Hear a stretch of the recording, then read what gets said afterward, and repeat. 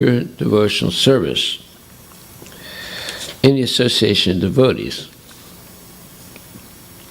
then I will be free of the influence of the three modes of material nature, and I will be able to chant the glories of your Lordship. So now we see that there's something that definitely will keep us in the mode in the material world and always suffering. What is that? The three modes of material nature: goodness, passion, and ignorance. And therefore, Krishna dedicates an entire chapter of the Bhagavad Gita to trying to understand what these three modes are. And he explains the mode of goodness, the mode of passion, and mode of ignorance.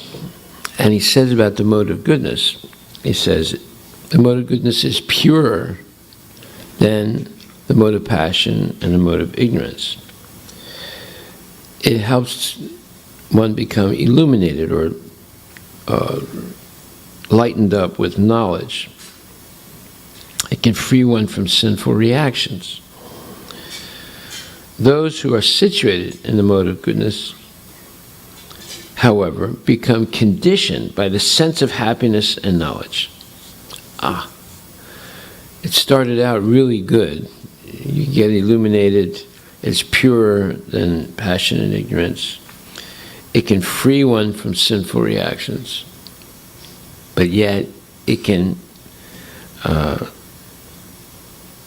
keep us conditioned by the sense of material happiness and knowledge, and material knowledge.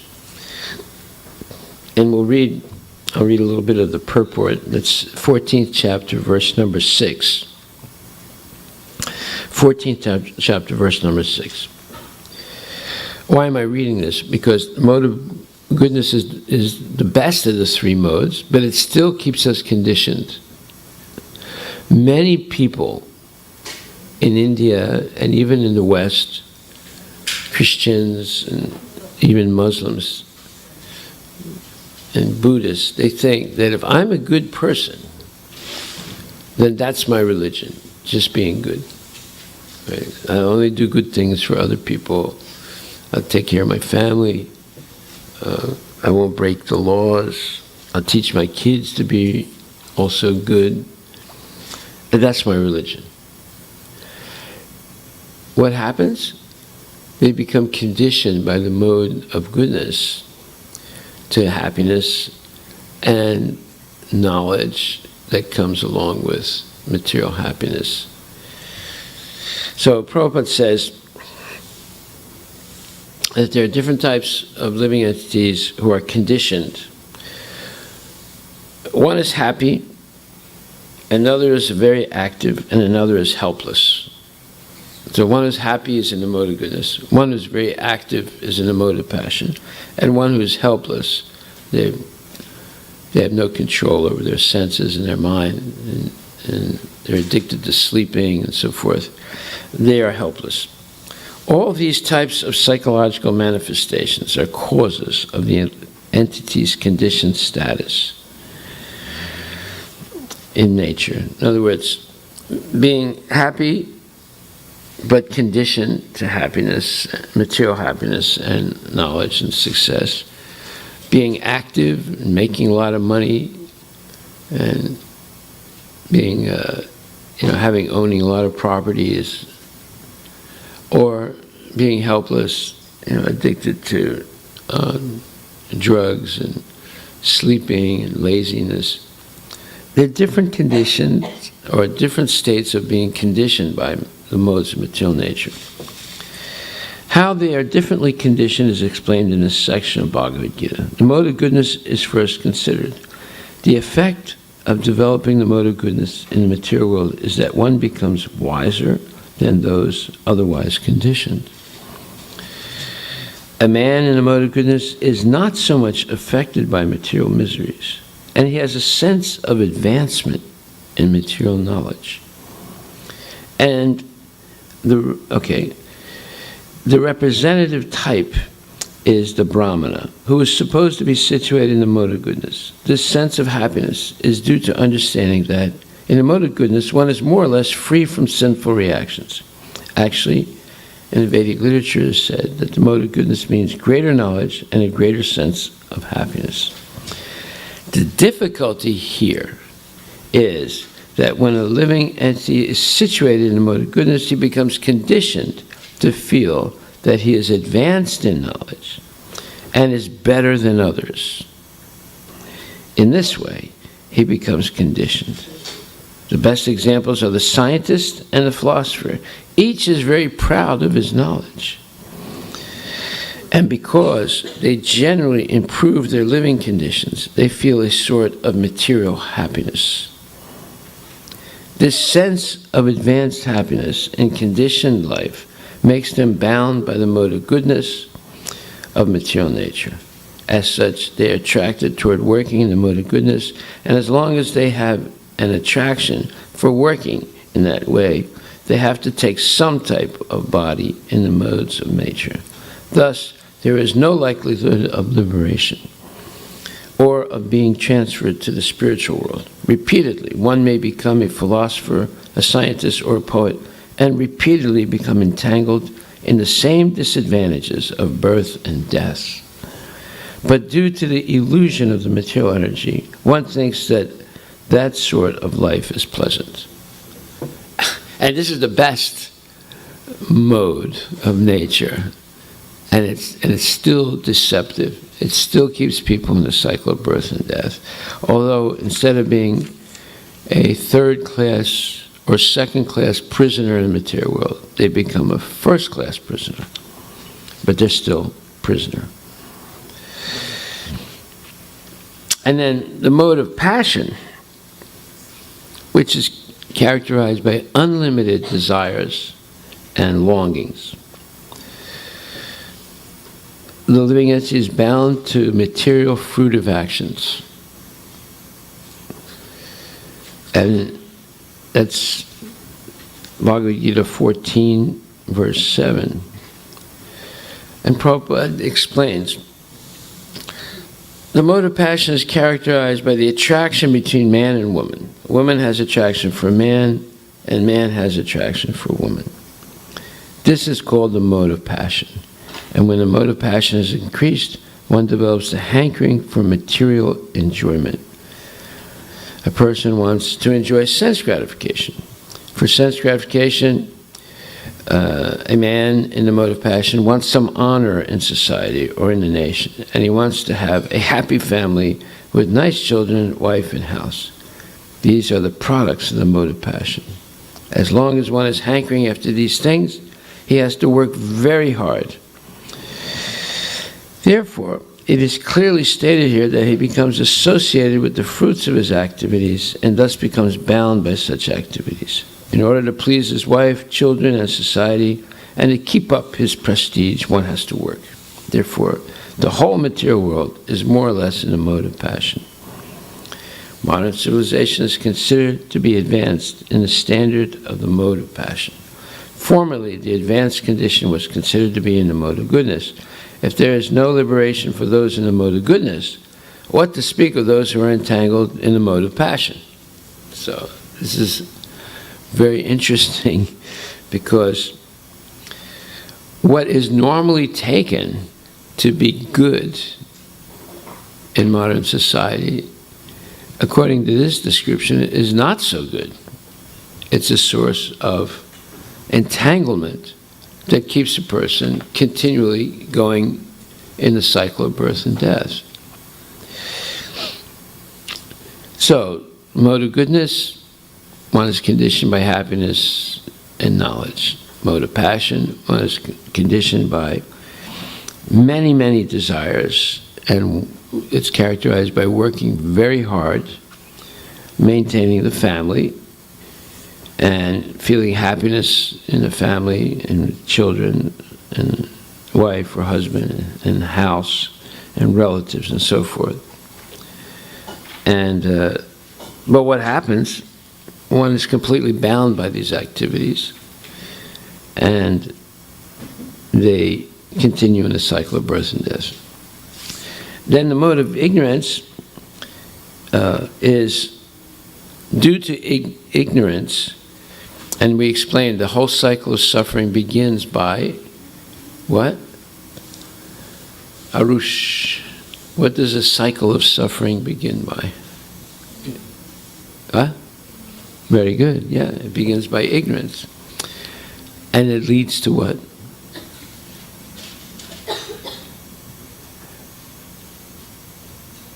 Look in your notes. What? What does it lead to? What did you say? What?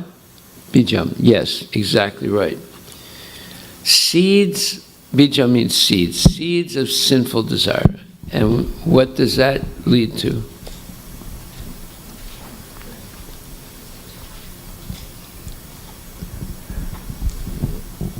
It leads to, if you have sinful desires, what will happen next?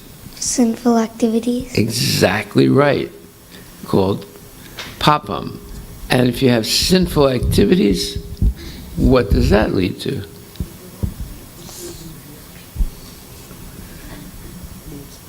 Huh? If you engage in sinful activities, what's the result of that? Sinful something.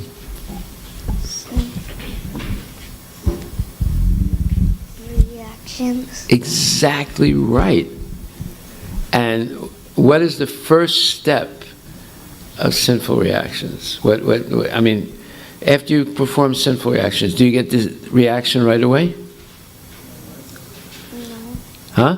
No. No. It becomes unmanifest. And later on, it becomes? Manifest. Huh? Manifest. Manifest, exactly right. And when the sinful reaction becomes manifest, and when it's unmanifest, it's called aparabdha. And when it's manifest, it's called parabdha. And when it becomes manifest, what happens? Sinful reaction. Leads to... Huh? What happens?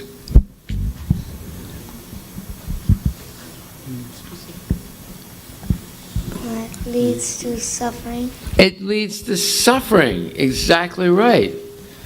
And when sinful reactions are mature, it leads to suffering, and you can be like me, born ugly, or you can be born in a family that's very poor. You can have legal problems, you can have health problems, and you also can be subject to natural catastrophes. So all these things are results of sinful, these are types of mature sinful reactions. And then after suffering these sinful reactions, after getting the sinful reactions, is there anything that remains?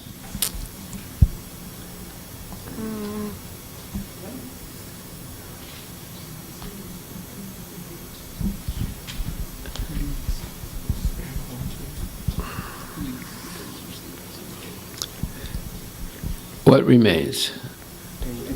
Leads to tendency. What? Tendency. Yeah. The inclination or the tendency to commit more sins. You know, it's not that you have, even though you suffered, you went through this cycle, still you're attracted to it.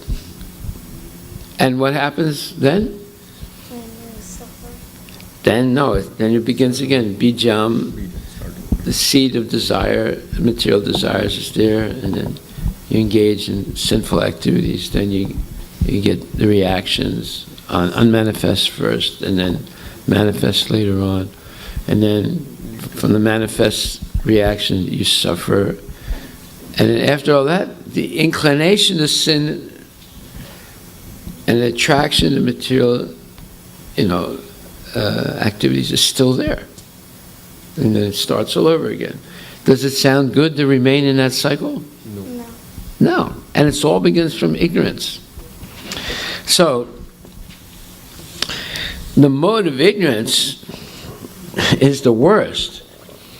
It's the opposite of the mode of goodness. In the mode of goodness, by developing knowledge, some knowledge, one can understand what is what. That by engaging in sinful activities, I'm going to suffer. So I'll avoid sinful activities, engage in good activities, and I'll get good results. But the problem is one becomes attached to a sense of happiness and knowledge, and one remains in a cycle of birth and death. But in the mode of ignorance,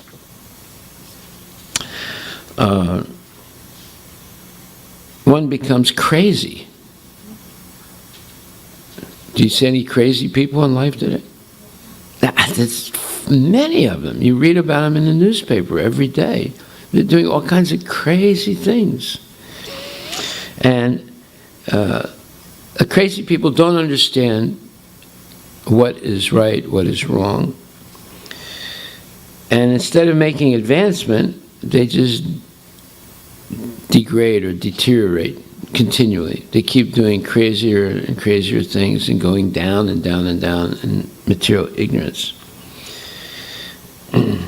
And the definition of the mode of ignorance is given in the Vedic literature. It says, under the spell of ignorance, one cannot understand a thing as it is.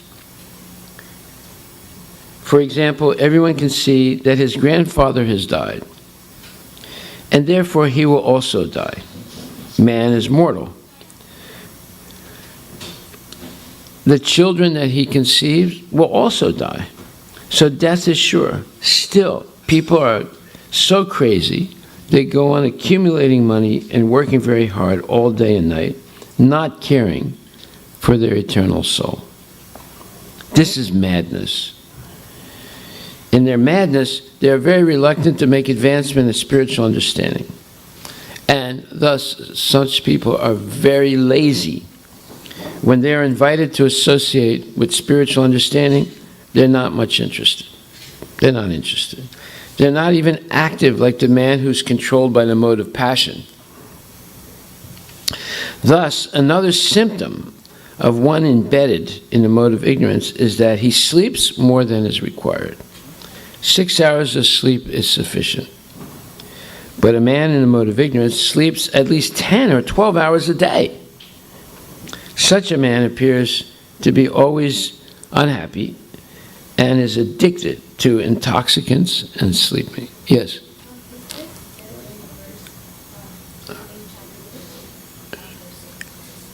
Yeah, this description, I just read verse 6, 7, and now I'm reading verse 8 in chapter 14.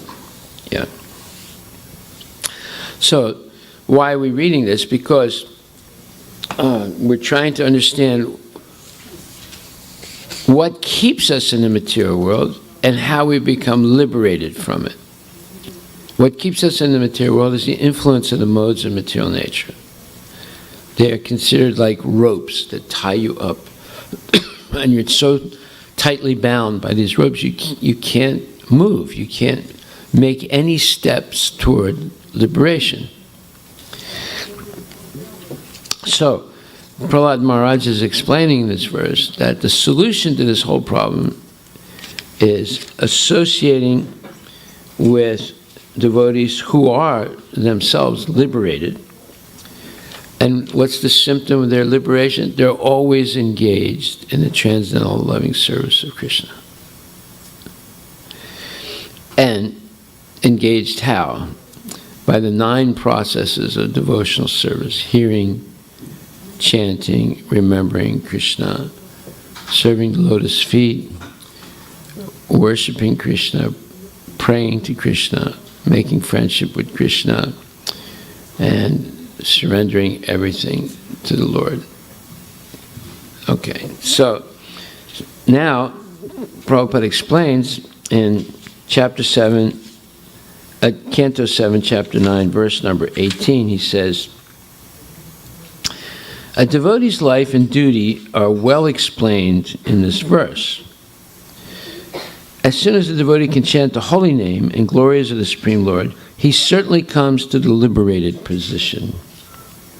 Attachment for glorifying the Lord by hearing and chanting the holy name and activities of the Lord, such as Shravanam, Kirtanam, Vishnu, certainly brings one to the position where material contamination is absent. If you continue regularly hearing and chanting and remembering the Lord, then the influence of the modes of material nature eventually go away and you become free.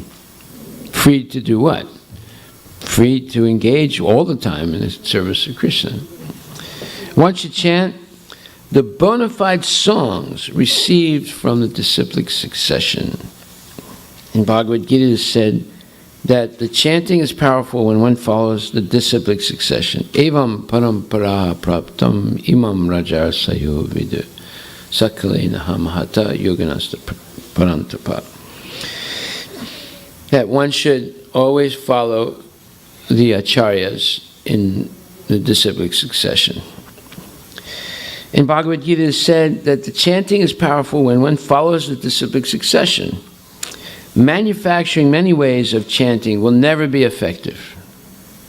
However, chanting the song or the narration left by the previous acharyas, Mahajana Yenagata Sapanta, meaning following in the footsteps of the previous acharyas by chanting the bona fide kirtans left by the previous acharyas, like Bhaktivinoda Thakur, Narottam Das Thakur, and so forth, and following their advice, Shravanam, Kirtanam, Vishnu, as Prahlad Maharaj explained to his father the 9 processes of devotional service. So you don't have to manufacture anything. You don't say, oh, you know, the chanting is better if you stand on your head and chant. Sometimes people make things up, right? No, it's not better if you stand on your head. No acharya stood on his head and chanted Hare Krishna.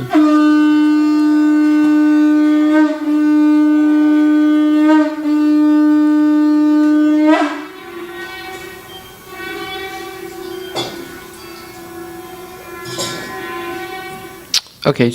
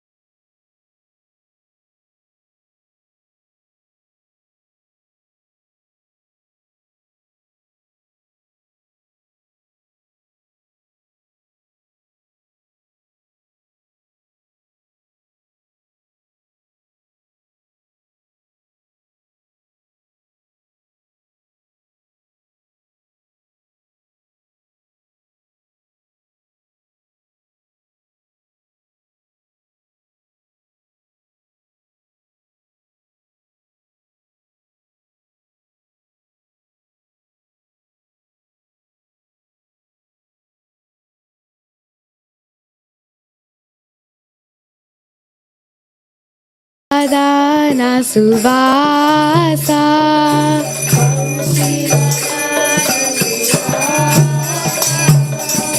Brajajana Palana Surakulana Sana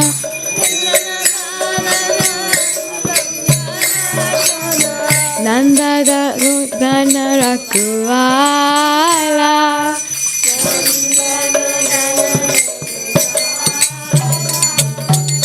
Govinda Madhava Navanita Taskara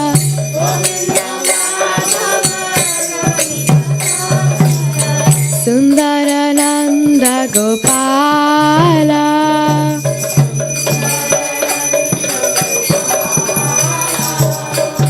Yamuna Tatachara Gopi Basanahara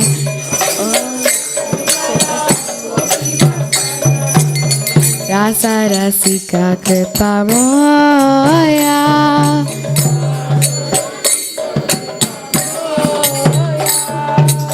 Shri Radha Vallabha Vrindavana Natabara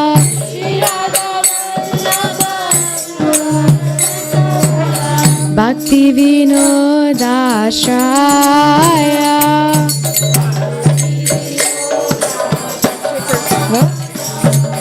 Yashomati Nandana Brajabara Nagara Gokula Ranjana Kana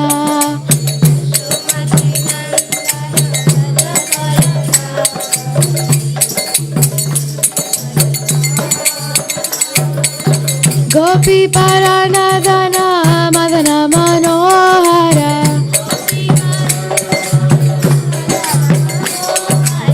Kaliya Damana Vidana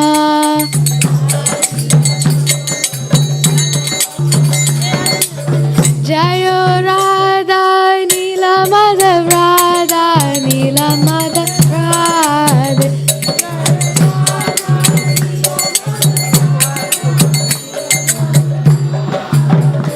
Jayo Jagannatha Jayo Jagannatha Jayo Baladeva Jayo Subhadra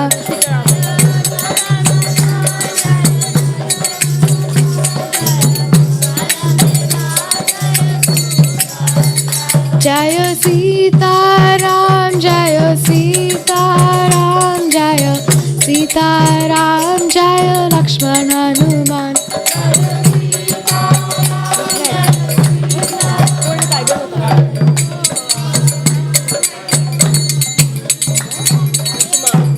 Narasimha Jaya Lakshmi Narasimha Jaya Lakshmi Narasimha Jaya Lakshmi Narasimha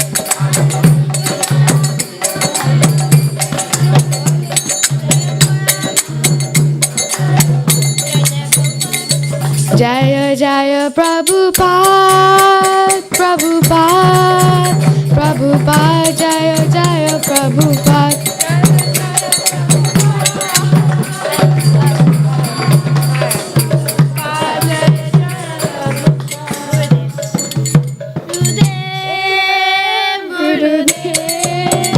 Gurudev Jaya Jaya Gurudev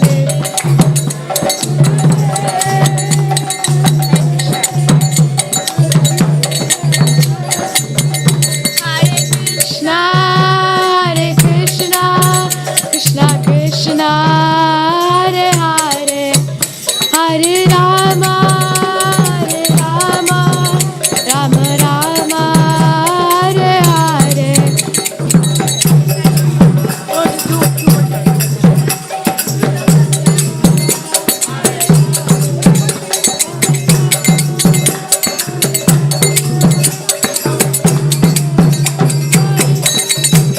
Nitai Gaura Hari Bol Hari Bol Hari Bol Nitai Gaura Hari Bol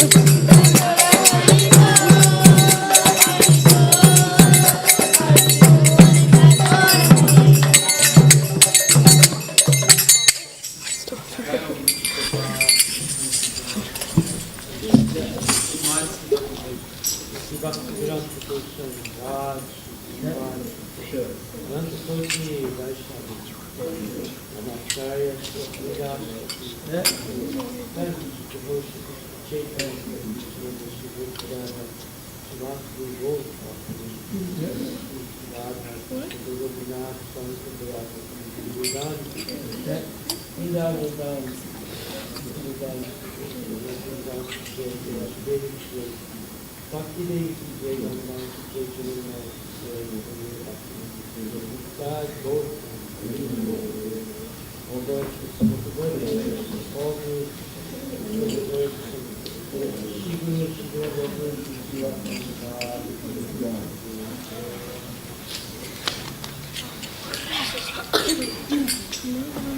Your sister's from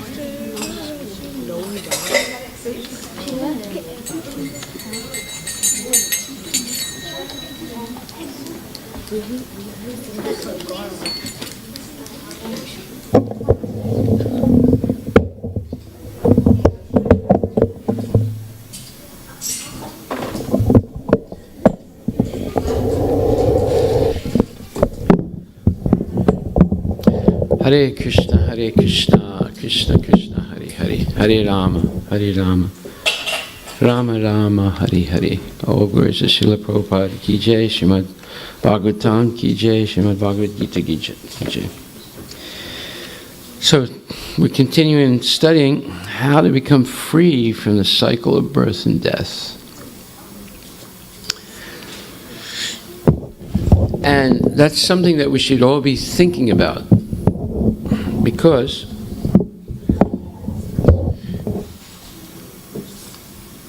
the cycle of birth and death is full of misery. As we explain, as Arush very well explained, from memory and from looking at his notes, what is the cycle of suffering?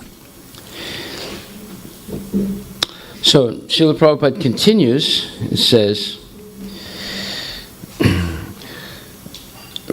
that Prahlad Maharaj says that one can easily rise above the influence of the modes of material nature.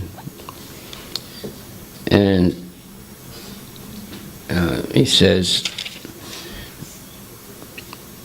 I shall become completely uncontaminated by the association of the three modes of material nature and be able to chant the glories of your Lordship, who are so dear to me. I shall chant your glories, following exactly in the footsteps of Lord Brahma and his disciplic succession. In this way, I shall undoubtedly be able to cross the ocean of ignorance. So, Prahlad Maharaj is part of the Brahma Sampradaya, the Vaishnava Sampradaya begun by Lord Brahma. What is the Sampradaya in which we are situated in, that we're following in ISKCON and following Srila Prabhupada? What is our Sampradaya? There are 4 Sampradayas. Yes, go ahead, Anvita. Yes. Is that the same Sampradaya that Prahlad Maharaj is following? Yes. There are 4 bona fide Vaishnava Sampradayas. One is the Brahma Gaudiya Vaishnava Sampradaya, the one that we're in. Started when Krishna spoke.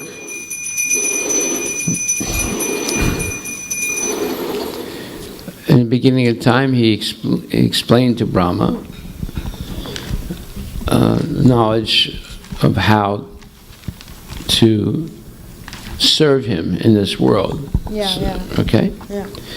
Then there is the Shri Sampradaya, where Lakshmi is instructed by her husband, Lord Narayana, who's Krishna, in the science of Krishna consciousness. And then there is the Kumara Sampradaya, the 4 sons of Brahma. They were also instructed in the science of Krishna consciousness. And then there's the Rudra Sampradaya, or when Lord Shiva was also instructed in the science of Krishna consciousness. So those are 4. But we're in the Brahma Madhva Gaudiya Vaishnava Sampradaya. And Prahlad Maharaj is in which sampradaya, according to this verse? The same one, yeah. He says, I shall chant your glories, following exactly in the footsteps of Lord Brahma and his disciplic succession. In this way, I shall undoubtedly be able to cross the ocean of nations. So, if Prahlad Maharaj is also in this sampradaya, what do you think? It's a pretty good sampradaya, right? And, okay, so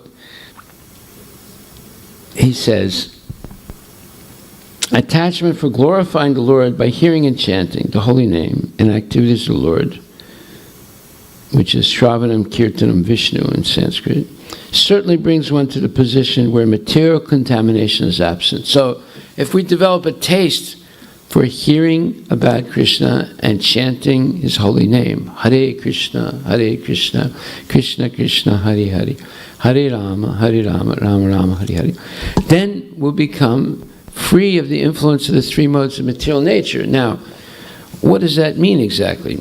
Well, in 7th chapter, verse number 13, it says, Chibir gunamayer bhaver eve sarvamidam jagat mohitan abhijanati mam evyam param avyayam. Krishna explains to Arjuna that deluded by the three modes, goodness, passion, and ignorance, the whole world does not know me, who am above the modes and inexhaustible. So everybody in this world, almost everybody, is enchanted by these three modes, either goodness, passion, or ignorance, or a mixture of them. And because of that, they don't understand who Krishna is. So, when we go out on Sankirtan, why do we actually go out? Because almost everybody in the world is under the influence of the modes of material nature. And while they're influenced even by the mode of goodness, they have no chance of getting liberated from the cycle of birth and death. So we go out and try and encourage people. Please take some prasadam. Please chant Hare Krishna. Please take this book. Please dance with us. Please come to our temple. To give them a chance to associate with devotees, hopefully devotees who are practicing correctly Krishna consciousness, and then they'll have a chance also of becoming free from the modes of material nature and go back to Godhead. So Prabhupada says that the whole world is enchanted by the three modes of material nature. And those who are bewildered by these three modes cannot understand that transcendental to this material nature is the Supreme Lord Krishna. Unless you become free of the influence of the modes of material nature, you'll never understand Krishna properly. Never. And what happens? You just waste your time in the material world, in mundane activities, with a false sense of success. What does that mean, a false sense of success? Anyone want to tell me? Yes? But what is the false sense of success? Yeah, you're right. False sense of success is the feeling that you've succeeded in the material world. But what is the false sense of success? Ego? Well, ego is an instrument, but the sense of it, like, what do people think is success in the material world? When they've done something that they want. Yeah, they can obtain whatever they want and use it for their sense gratification. And usually they do it by either legal means, by making a lot of money, or by illegal means, by engaging in stealing and so forth. So that is a false sense of success, that I can get anything I want, I can dominate nature and enjoy and exploit, either legally by making a lot of money or illegally, either way. Like the hippie movement that started around the 1950s and 60s, and especially in the 1960s. Most of the kids that were engaged, that became hippies, came from good families. And they were, for the most part, well educated.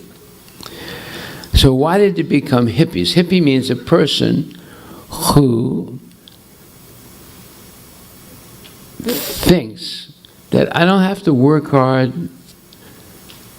and I don't need a lot of money to be happy. Because if the goal of life is to be happy, I can just smoke marijuana and I can go around and make money by selling marijuana or begging or just sharing with other people whatever I have, or just getting money from my parents, or just getting money from the government. And therefore, if the goal of life is to be happy materially, I don't have to work hard like my parents. They're working so hard day and night. I can just be a hippie and share things with other people like myself and go to concerts and smoke and engage in all kinds of sense gratification and just be happy. And maybe I can live in the forest also. So there was one famous hippie commune in Northern California. All the hippies were living naked in the forest. And Prabhupada visited that commune and chanted Hare Krishna.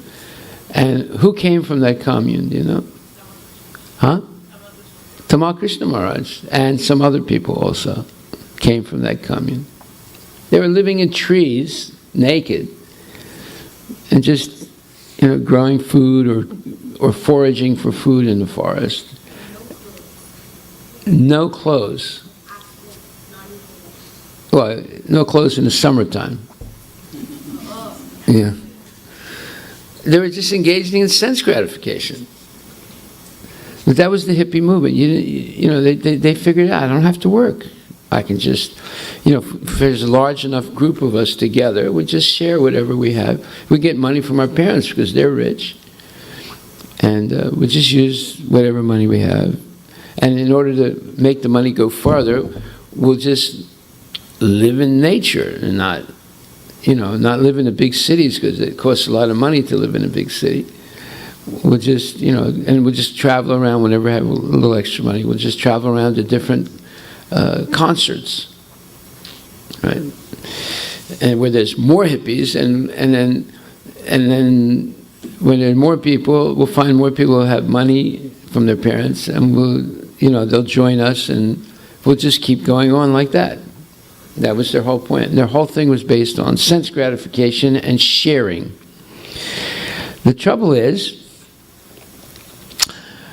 if you live in a commune where everything's going to be shared, but you end up seeing that some people are genuinely lazy and don't do anything, and some people work harder and try and share.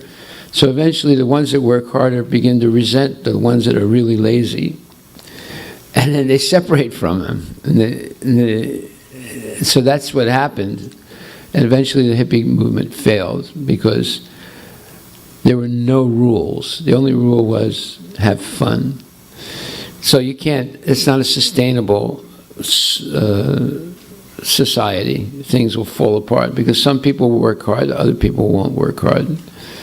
And then the resentment builds up, and then they separate, and eventually those communities fell apart.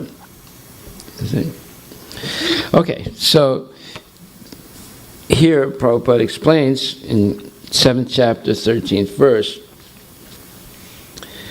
everyone is under the influence of the modes of material nature in the material world, and it affects the type, it determines what kind of body they have and what kind of psychology they have, the way they see the world, the way they see themselves, the way they understand what is the criterion of success. You see, the criterion of success of the parents of the hippies was different than the criterion of success of their kids who became hippies. Does anyone know what the word criterion means? C-R-I-T-E-R-I-O-N. Anybody? Criterion? Criterion is a standard, a principle that you define as something required to do something or to identify something. So, there's the criterion of success. There are criterions of moral life. There are criterions of legal standards. So criterion is a measure or a principle by which you can judge something. So, therefore, everybody in the material world is more or less acting under the influence of these three modes of material nature. So Prahlad Maharaj basically says, as well as Krishna, because Prahlad Maharaj is in the Brahma Sampradaya, he says that by engaging in devotional service, one can become liberated from the whole cycle of birth and death, especially if they are engaging in devotional service in good association. So this is actually a verse. Mam chayovi bicharini bhakti yogena sevate sagunam samatityaitan brahma bhuyaya kalpate. So if we look at the 14th chapter of Bhagavad Gita, verse number 26, if you have your Bhagavad Gitas, you can open up, 14th chapter, 26th verse. And Krishna tells Arjuna, one who engages in full devotional service, unfailing in all circumstances, at once transcends the modes of material nature, and thus comes to the level of Brahman, or the spiritual level, where you engage in spiritual activity. 14th chapter, 26th verse. So someone can start reading the first paragraph of that verse. Go ahead. Huh? Who wants to read? Go ahead. We'll read chapter by paragraph by paragraph. One who engages in full devotional service, unfailing in all circumstances, at once transcends the modes of material nature and thus comes to the level of Brahman. Purport. This verse is a reply to Arjuna's third question. What does it mean of attaining to the transcendental position? As explained before, the material world is acting under both the modes of material nature. Wait a minute. You're mumbling your words. Read that again. Read slowly. The verse is a reply to Arjuna's third question. What is the means of attaining to the transcendental position? As explained before, the material world is acting under the spells of the modes of material nature. One should not be disturbed by the activities of the modes of nature. Instead of putting his consciousness into such activities, he may transfer his consciousness to Krishna activities. Krishna activities are known as Bhakti Yoga, always acting for Krishna. This includes not only Krishna, but different plenary... Wait a minute.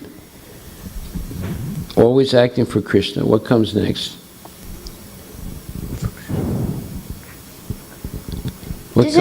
This includes not only Krishna. Yes. Okay. Go ahead. But his direct plenary expansions. No, different, not direct. Read slowly so you catch every word correctly, so you pronounce every word. This includes not only Krishna, but his different plenary expansions for Krishna. What? Sorry, I accidentally got it wrong. Can you just look, you have to get into the habit of reading slower and saying every word correctly. Otherwise, you end up misunderstanding what you're reading, and everybody else will misunderstand. So can you do that? This includes not only Krishna, but his different plenary expansions, such as Rama and Narayana. He has innumerable expansions. One who is engaged in the service of any form of the forms of Krishna, of the forms, or of his plenary expansions, is considered to be transcendentally situated. One should also note down all the forms of Krishna. There's no word down there. Oh, sorry. One should know that all the forms of Krishna are fully transcendental, blissful, full of knowledge, and eternal. Every time you see a period or a comma, a colon, a semicolon, a question mark, a dash, you pause. Okay? You just don't keep reading. You pause. Go ahead. Such personalities of Godhead are omnipotent and omniscient, and they possess all transcendental qualities. So, if one engages himself in the service of Krishna or his plenary expansions with unfailing determination, those through these modes of material nature are very difficult to overcome. One can overcome them easily. No, wait a minute. Although, you didn't pronounce the word although. Although these modes of material nature are very difficult to overcome, one can overcome them easily. This has already been explained in the 7th chapter. This has already. Say the word already clearly. Already. This has already been explained in the 7th chapter.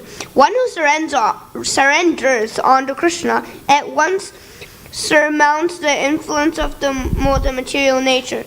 To be in Krishna consciousness and devotional service means to acquire equality with Krishna. The Lord says that his nature is eternal, blissful, and full of knowledge, and the living entities are part and parcel of the Supreme, as gold particles are part of a gold mine. Thus the living entity in spiritual position is good as gold, as good as Krishna in quality. The difference of individuality continues. Otherwise, there would be no question of Bhakti Yoga. Bhakti Yoga means that the Lord is there, the devotee is there, and the activity of engagement of love between... The activity of exchange. The activity of exchange of love between the Lord and the devotee is there. Therefore, the individuality of two persons is present in the Supreme Personality of Godhead and the individual person. Otherwise, there would be no meaning to Bhakti Yoga. If one is not situated in the same transcendental position with the Lord, one cannot serve the Supreme Lord. To be a personal assistant to a king, one must acquire the qualifications. Thus, the qualification is to become Brahman, or free from all material contamination. As decided in the Vedic literature, Brahmaiva San Brahma Priyati. One can attain the Supreme Brahman by becoming Brahman. This means that one must qualitatively become one with Brahman. By attainment of Brahman, one does not lose the eternal Brahman identity as an individual soul. So becoming Brahman means becoming purified completely of the influence of the modes of material nature and engaging in the service of Krishna, where you attain the platform of pure spirituality, and that's called pure spirit. Brahman doesn't simply mean impersonal merging into Brahman. It doesn't mean that. It means that one becomes free of the influence of the modes of material nature, and then one begins pure devotional service for the Lord. So therefore one is always on the spiritual level. Brahman literally means spiritual. Being situated on a material level, one is working selfishly all the time for sense gratification. Being spiritual, one is working unselfishly to please Krishna. That's the Brahman level. So here, is it possible for the Mayavadis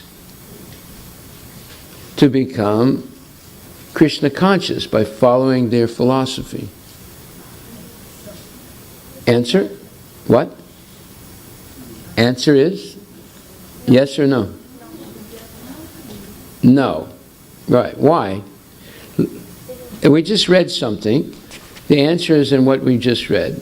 So who knows the answer? Yes, Sai. The Mayavadis believe that to become Brahman, you have to merge into the Supreme Krishna's effulgence. But to become Brahman means you have to get out of not be influenced by the three modes. Okay, but what does that mean, merge into the effulgence? There was an explanation here, very explicit explanation, that when you attain the Brahman level, you don't lose your individuality.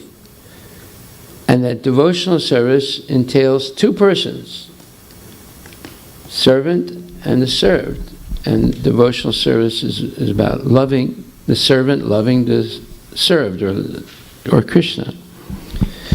So it says, Bhakti Yoga means that the Lord is there, the devotee is there, and the activity of exchange of love between the Lord and the devotee is there. Therefore, the individuality of two persons is present in the Supreme Personality of Godhead and the individual person. Otherwise, there would be no meaning to Bhakti Yoga. You can't have Bhakti Yoga if you think that you have to kill your ego and merge into an impersonal light or Brahman, effulgence. Then there's, and you think that Krishna's individuality is also an illusion, just like your own individuality.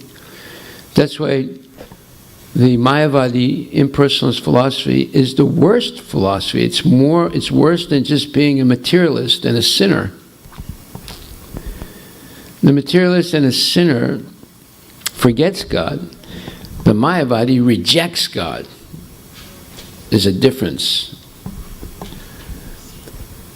The sinners, in general, they reject God. The impersonalists, the sinners forget God. How do they forget God? We discussed the 5 types of ignorance that causes a person to completely forget God. Does anyone remember what they are? Number 1. All right, if you want to answer, get the microphone. What's number 1? Is that it? Is that the answer? Okay, where's the microphone? You can answer questions even by looking at your notes. Isn't it like bijam and then bam?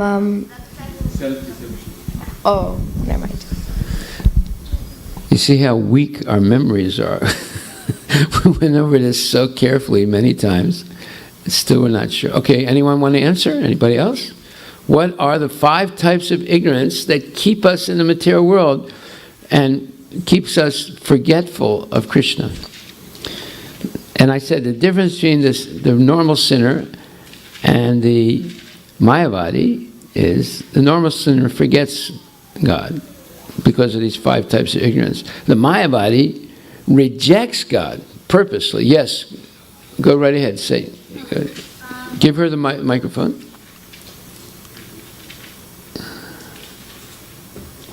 One is a forgetfulness of one's real identity. Right. What is one's real identity?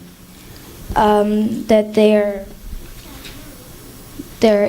an eternal soul. Yes, and servant of Krishna. Yeah. Yes. And they have a sense or fear of death. Yes, that's number 2. And then Number 2 type of ignorance. Go ahead. And then they have anger after frustrations. Yes, number 3. And then they have a sense of false ownership. Yes, number 4. And then they develop material conception of life. Yes, which is? What is the material conception of life? Sense gratification. Yes, very good. There you go. It's very good to have notes. All right. And it's very good to go over the notes because then you understand how things happen in the material world. So, a sinner cannot become a sinner, a person cannot become a sinner unless they completely forget Krishna. You have to completely forget Krishna to do nonsense in life. Just like last week, every Friday night we have the kirtan for kids. So last week, a bunch of boys walked out of the kirtan while it was going on. Right? Where did they go? Huh? They went into the classroom over there and they closed the door. And what were they doing in the classroom? Huh? No, they were having wrestling matches. What's his name? I think Sidhu was choking Madhava. And everybody else was watching and laughing. They're saying, "Oh, this is great! Look, Madhava's losing. Sidhu's winning. He's being choked." Now, is that good or bad? Why is it bad? Why is it bad? Huh? Not only that, see, usually people, they enjoy seeing someone suffer. It gives them enjoyment. Like, for example, there's such a thing called slapstick comedy. Have you ever heard of that? Slapstick comedy? No. It's like this. A man walks, let's say someone walks into a classroom, and they get ready to sit down, and when they sit down, someone pulls the chair out, and then they fall on the ground. And then everybody starts laughing. Oh, it's so funny, you know. What are they laughing at? Someone else is suffering. You see? That's called comedy. Is it comedy? Is it funny? But yet, these young boys went into the room and they were enjoying seeing Sidhu. Sidhu, you remember that? Who was it? Mayapur. When I came in, I didn't see Mayapur. Maybe Mayapur started, but I saw. You fell on who? Who was fighting? Mayapur and... Okay. I thought Madhava was being pushed. Okay, anyway, whoever. Anyway, I came into the room and stopped you, if you remember that. You remember that? I told you to go back into the kirtan.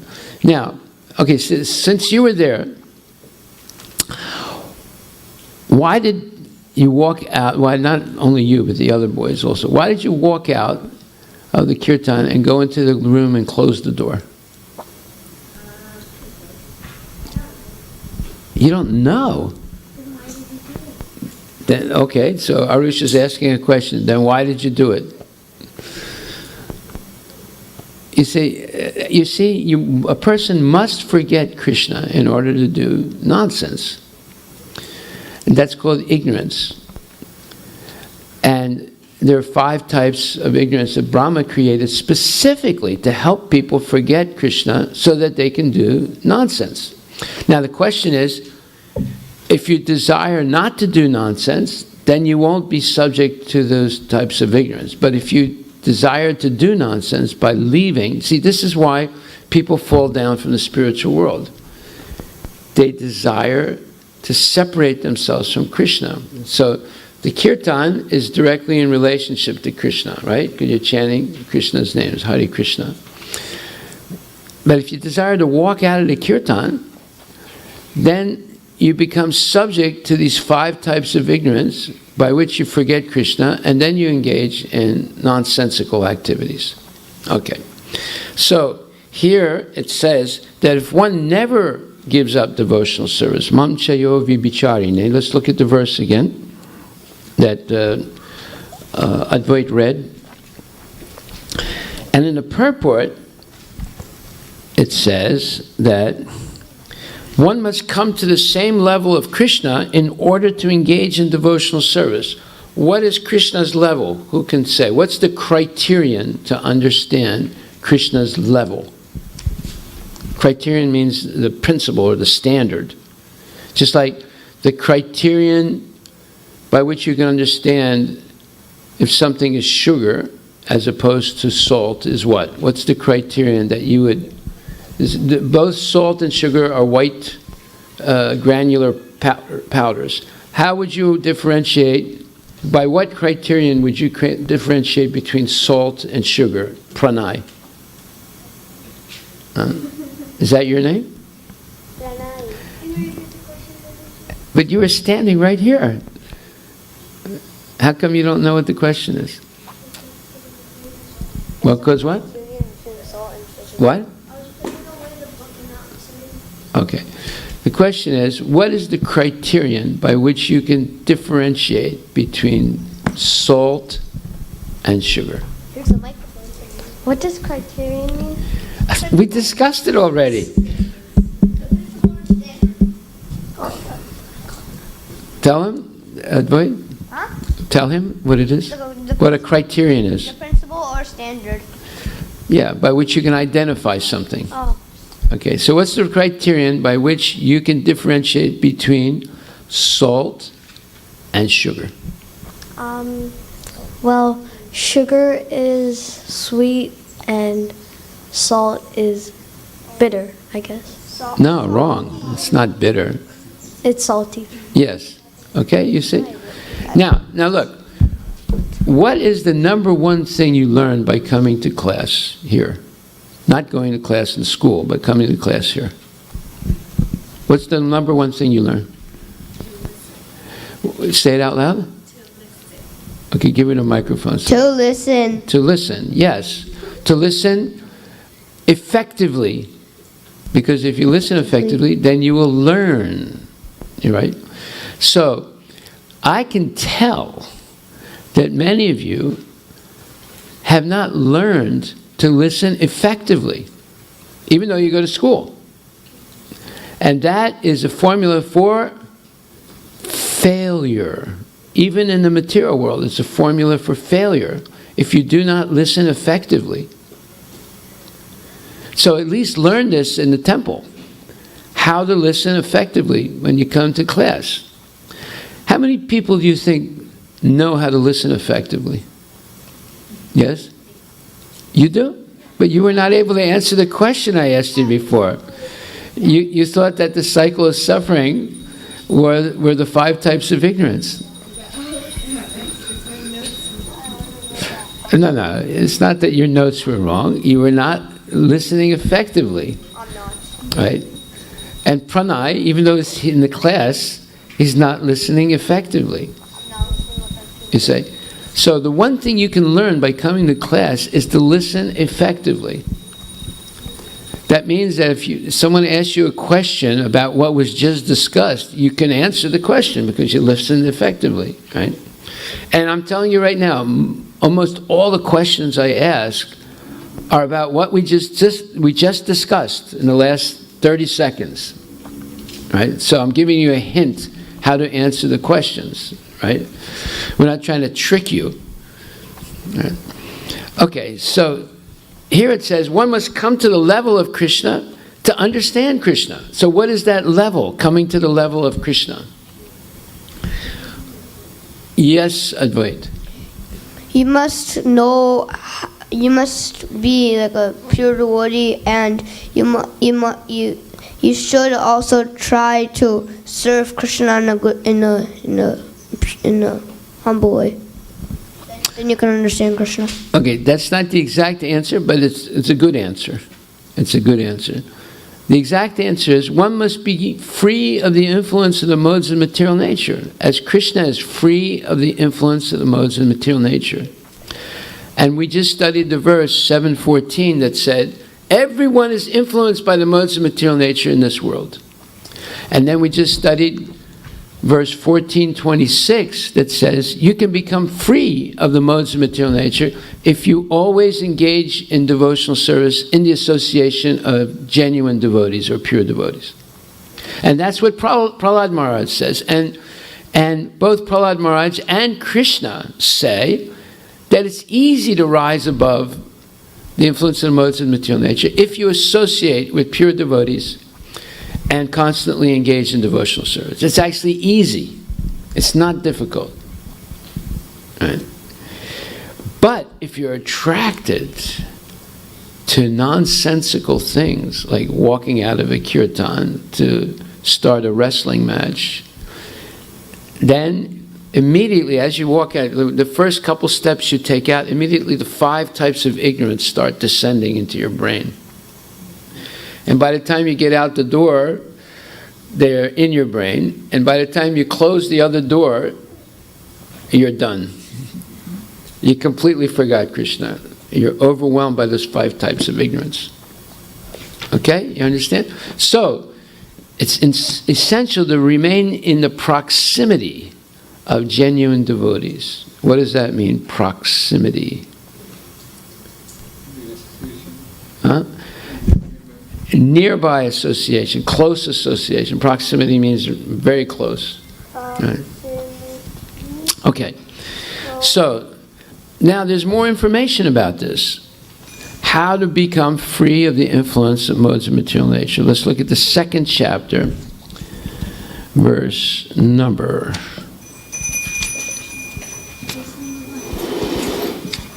Jai Shri Shri Radha Nilamadava Ki Jai. Hare Krishna. Namaha Om Vishnu Padaya Krishna Bhakti Samati Bhakti Samati. Stay Saraswati Devi Guru. Okay, let's look at the 2nd chapter, verse number 54. I got it. 2nd chapter, verse number 54. I got it. You got it? Okay, let's have someone else read. Okay, there you go. So the translation to Prabhu? Yeah, well, let's see. Arjuna vacha stita pragyasya yabas kabase samadista shikeshava stita dir kim prabhaseta kim asita vrajeta kim. Go ahead, translation. Arjuna said, O Krishna, what are the symptoms of one whose consciousness is thus merged in transcendence? How does he speak? Okay, you said transcendence. It's transcendence. Oh, okay, transcendence. The emphasis is always on the first syllable in English pronunciation, unless it's a foreign word, like a French word. Then you would emphasize the 2nd syllable. Go ahead. How does he speak, and what is his language? How does he sit, and how does he walk? Okay, so this is an important question. It's asking, how do you recognize if someone is actually transcendental to the modes of material nature? Right? Isn't this a fundamental question? If you want to associate with genuine devotees, how do you recognize? What's the criterion to recognize if someone's a genuine devotee? Okay, we know what the criterion is to differentiate between salt and sugar now, right? Pranay told us. Right, Pranay? Yeah. Now we have a better question. How do you differentiate between a person who's actually above the influence of the modes of material nature and a person who is not? Anybody want to venture an answer? Because this Arjuna is asking the same question here. It's a fundamental question, and it's answered 4 or 5 different times in the Bhagavad Gita, because it's a fundamental question. You don't want to associate closely with people who are not free of the influence of the modes. So, okay, Sai, what do you think? He thinks of Krishna and his, Give him the microphone. His consciousness is merged into Krishna, and his thoughts, actions are always devoted to Krishna. Yes, he's always thinking of Krishna. Yes?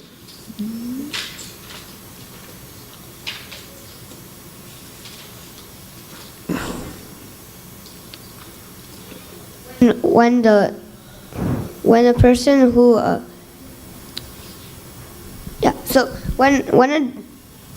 how do you know a person was a symptom of a pure devotee?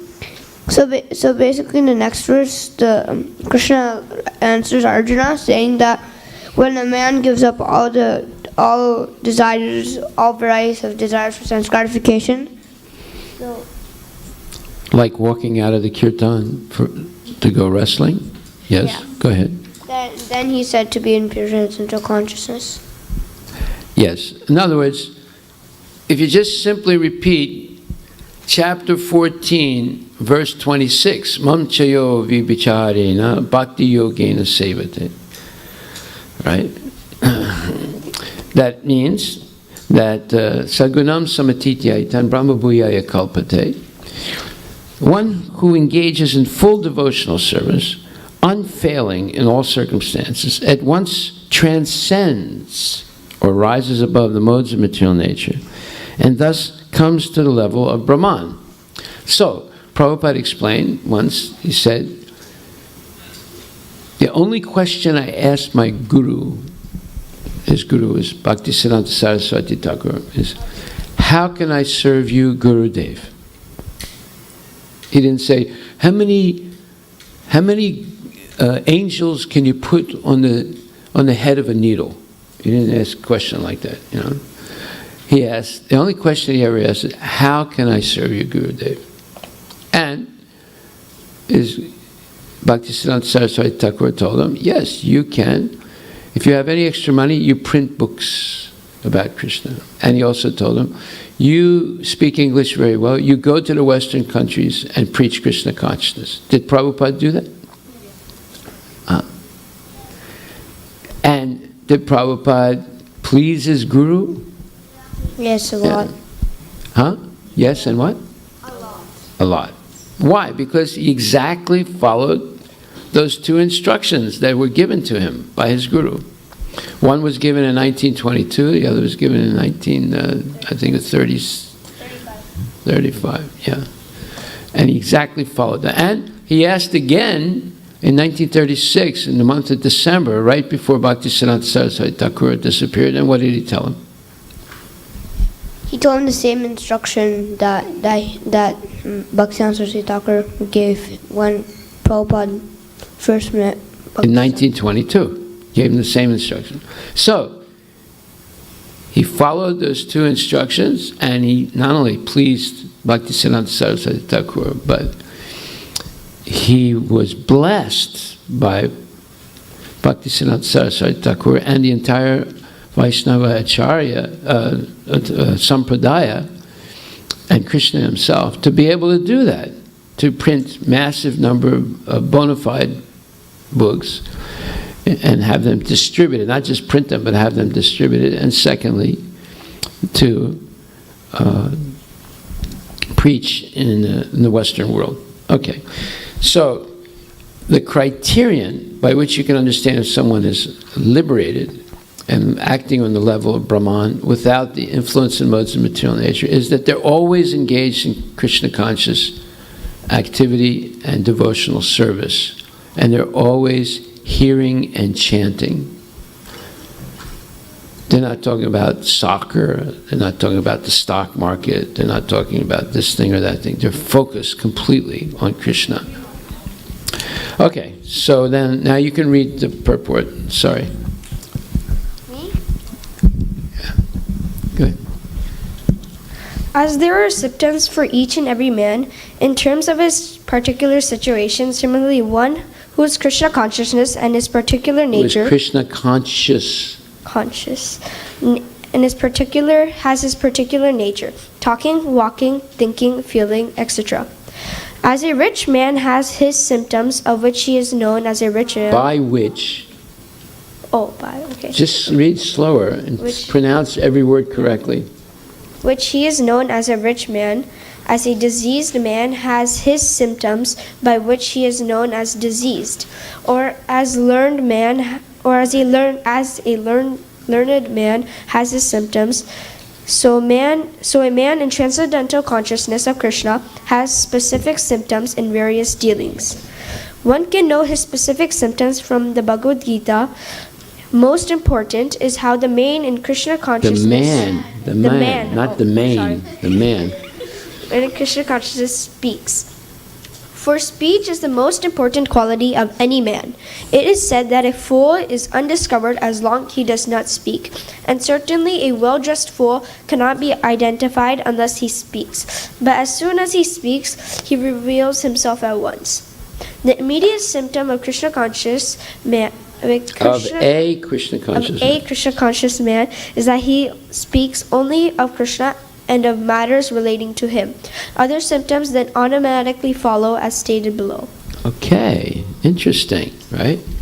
Now we have the criterion. Number one criterion, and the following verses will give additional or supplemental criterions of how to recognize if someone is actually Krishna conscious. Okay, so what is that criterion? Number one criterion, Krishna 2? Huh? You don't know, but you just heard it. Okay. Now look, if you learn to listen effectively, then you will be promoted to gifted program in Krishna consciousness. Yeah, KR. But if you don't learn to listen effectively, then you'll be put in the class of the dummies. So take your choice. You want to be in the gifted program or you want to be in the dummy program where everything is dumbed down. The gifted program is only for those who effectively listen. Because by effective listening, you can learn. And by not being able to answer questions that were just explained, you'll end up in the dummy class. The dummy class is that classroom there where you close the door and you wrestle. Okay. So, the question is, again,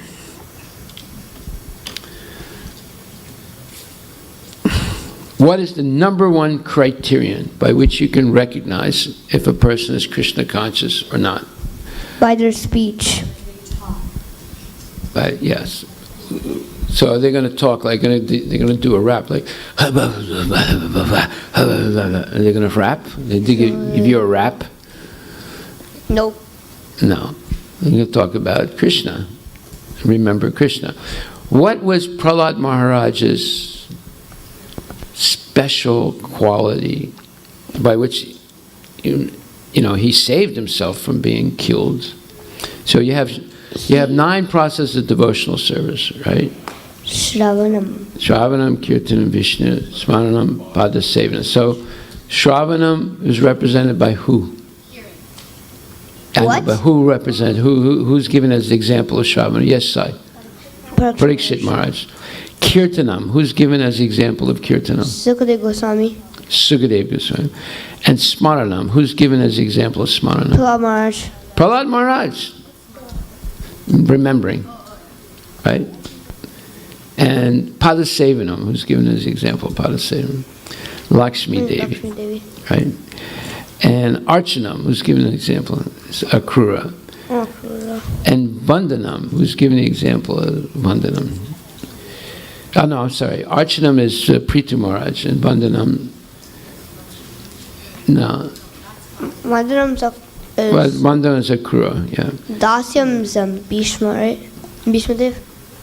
No, Dasyam is Hanumanji. Oh. Sakyam's Arjuna. Arjuna. And Atmanivedana is Bali Maharaj. Okay? So Prahlad Maharaj is Smaranam. Always remembering Krishna. That means he has no influence, is not influenced at all by the 5 types of ignorance created by Brahma to help people do what? Forget Krishna. Because you cannot sin unless you forget Krishna completely. You have to forget him completely. Even partial remembrance of Krishna can stop you from sinning. You have to forget him completely. So these 5 types of ignorance helps a person completely forget Krishna. What is the number 5 point of ignorance that Brahma created? What's number 5? The material conception of life. What is the material conception of life? Yes? Sense gratification. Yeah, you become convinced that the purpose of life is sense gratification. And you work day and night for sense. Yes, Krishna too. Eating, sleeping, mating, and defending. Yes. It's eating them, sleeping them, mating them, and defending them. Right? Right. Okay. So, who else does eating, sleeping, mating, and defending besides human beings? Pranay. Yes? Animals. Animals, right. So if a human being only does eat, sleep, mate, and defend, is he or she a human being? No. Because they don't do anything different than the animals. What differentiates a human being from an animal? What? So, okay, raise your hand. I'll call you. Okay, yes, Prabhu, go ahead. We can ask about the goal of life. Yes, they can make a serious attempt at self-realization. Okay, what are the 3 steps of self-realization? These are all things that we've discussed previously and at length. What are the 3 essential steps in self-realization? Wow, Everyone blank. 5 types of ignorance have taken control. Yes. Okay, give her the microphone. Yes.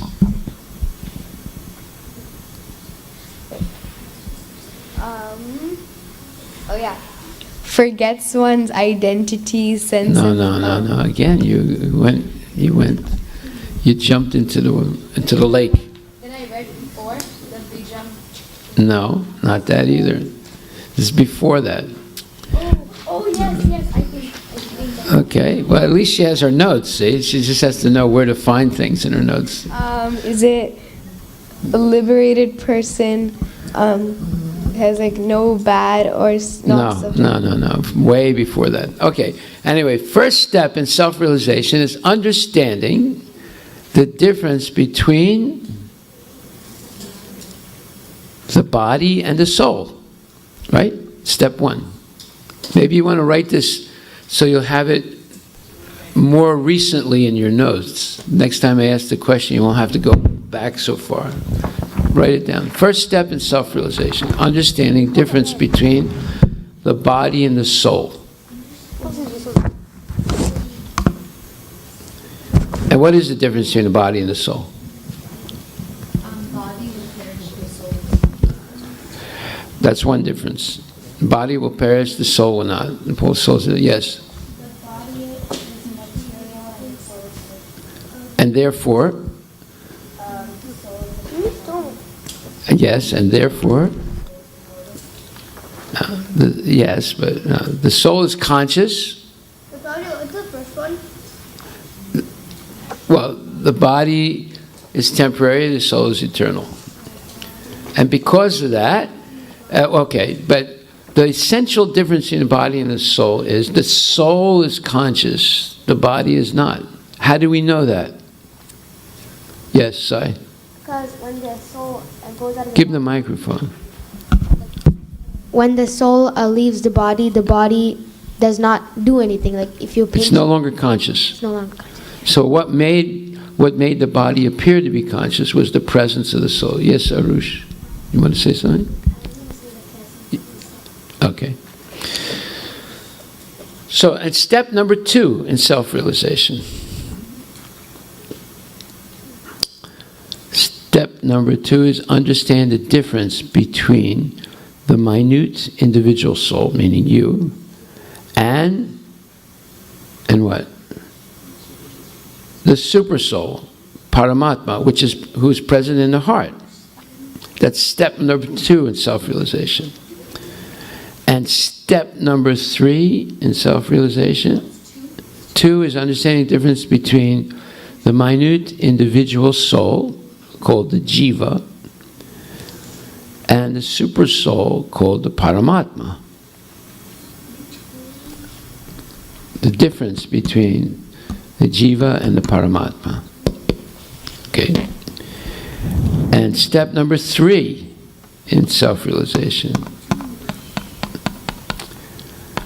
understand that the Paramatma, the jiva, and the entire material creation all come from Krishna, the Supreme Personality of Godhead.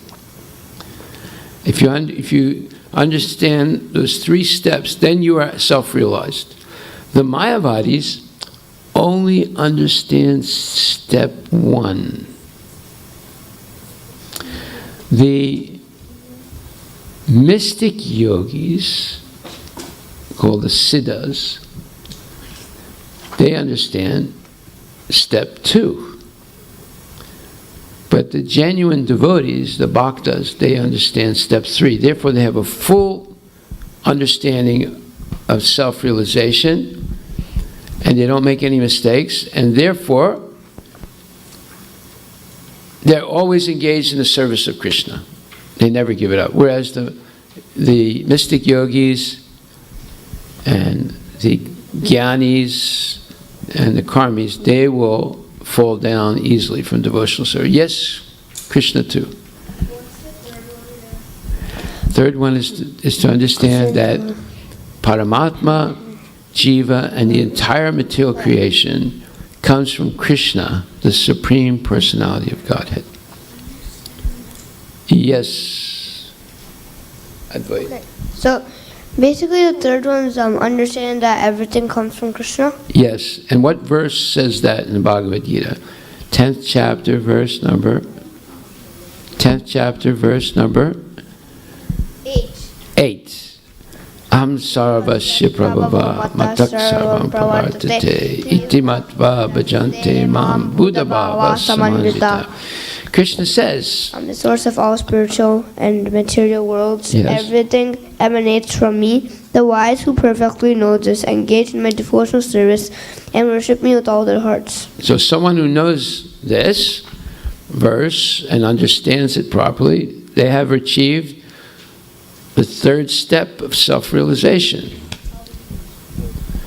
See, there's a difference between understanding something and realizing something. What is the difference between understanding something and realizing something? We've discussed this. Yes? Me? Give her the microphone. Understanding is when you understand it, but Yes? realizing is when you put it into action. Exactly. Many people understand things, like people understand smoking cigarettes is bad for your health. Did everyone give up smoking cigarettes? No. They know it's not good. In fact, if you talk to someone who's smoking and you say, you know that's not good for you, they say, yeah, I know that. Well, why do you smoke? They say, well, that's none of your business, it's my business. Okay. So they understand, but they don't follow. When you have realized knowledge, not only you understand, but you actually put it into action. You give up smoking, or you take up chanting Hare Krishna. You engage fully in Krishna service. Okay. So we'll stop there today, and next week we'll begin from chapter 2. Oh no, we didn't. Did you finish reading? Yeah, he finished. You finished reading that purport? Yes? Yeah, he finished. Did you finish the whole purport? Okay. So next week we'll start from chapter 2, verse 55. Homework is,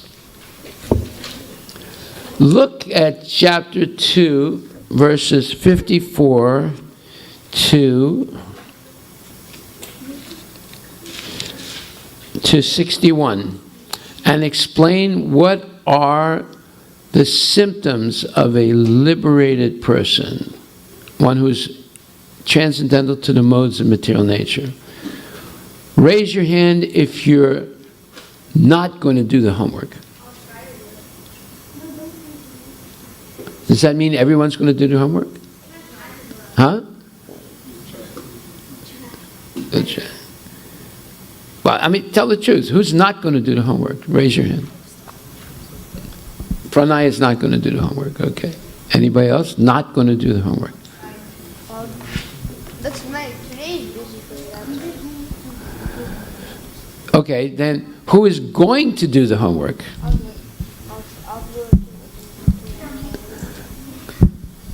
Okay. Good. So, you understand what the homework is? You're going to read verses, yes? Yeah, the homework is verses, chapter 2, verses 54 to 61. Chapter 4, verses 54 to 61. Explain the qualities of a person who's transcendental to the three modes of material nature. Okay? Explain the qualities of a person who is transcendental to them, because that's the type of person you want to associate with. Thank you very much. Srila Prabhupada ki jai, Gaur Premanandi, Haribo, Bhagavad Gita Grantaraj. So today is Ram Vijay. Tonight, from 4 o'clock on, we're going to have